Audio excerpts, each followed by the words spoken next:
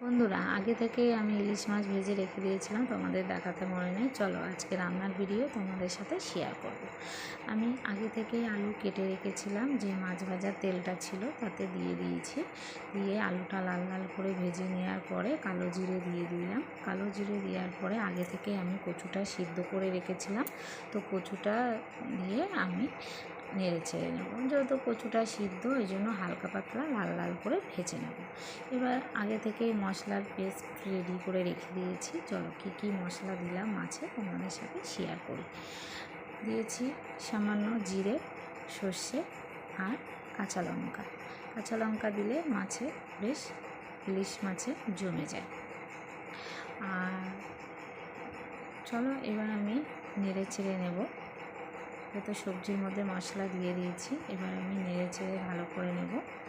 নেড়ে চেড়ে না নিলে পরে কড়াইতে লেগে যেতে পারে, আর লেগে গেলে পুরো গন্ধ করবে বন্ধুরা। এবার আমি দিয়ে দেবো পরিমাণ মতন হলুদ। পরিমাণ মতন হলুদ দেওয়ার পরেই আমি আবার নেড়ে নেব ভালো করে।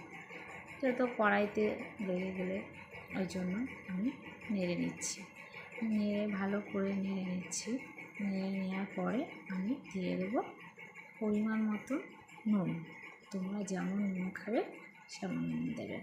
আর দেখো বন্ধুরা, কচু দিয়ে আলু দিয়ে মাছ একদম, ইলিশ মাছ একদম জমে যায়। যে কোনো মাছ আমি বলতে পারবো না, ইলিশ মাছ জমে যায়। আর দুর্দান্ত লাগে খেতে, দুর্দান্ত খেতে লাগে। আর দেখো বন্ধুরা, আমার মশলাটা কিন্তু ভাজা ভাজা হয়ে গেছে, কড়াইতে লেগে যাচ্ছে, তোমরা দেখতেই পাচ্ছ। আর তোমাদের যদি আমার এই রেসিপিটা ভালো লাগে অবশ্যই লাইক কমেন্ট করতে ভুলবে না, ঠিক আছে বন্ধুরা? আর আমার যদি এই রান্নাটা তোমরা বাড়িতে রান্না করে খাবে, দেখবে কেমন লাগে। দেখো বন্ধুরা, আমি জল দিয়ে দিয়েছি, ঠান্ডা জলই দিয়েছি। তোমরা যেমন জল খাবে সেরকম জল দেবে। কেউ যদি মনে করো এর থেকেও জল বেশি দেবে, বেশি দিতে পারো, কোনো ব্যাপার না। আর যেহেতু আমি গাঢ় গাঢ় ঝোল খাবো আর কচু দিয়েছি, তাতে আবার একটু গাঢ়ই হয়ে যাবে। এবার আমি ঢেকে দেব। ঢেকে দেওয়ার পরে আমি ঢাকনাটা তুলে দেখব যে কতদূর হলো। বাহ বন্ধুরা, দেখো ঝোলটা ফুটছে, দেখেছো? টক টক টক টক করে ফুটছে। তার মধ্যে আমি কি করব, আগে থেকে ইলিশ মাছ ভেজে রেখেছিলাম, একটা একটা করে ছেড়ে দেবো। ছেড়ে দেওয়ার পরে যেন না ভেঙে যায়, ওই জন্য একটা একটা করে ছেড়ে দিচ্ছি। ছেড়ে দেওয়ার পরে আমি ঢেকে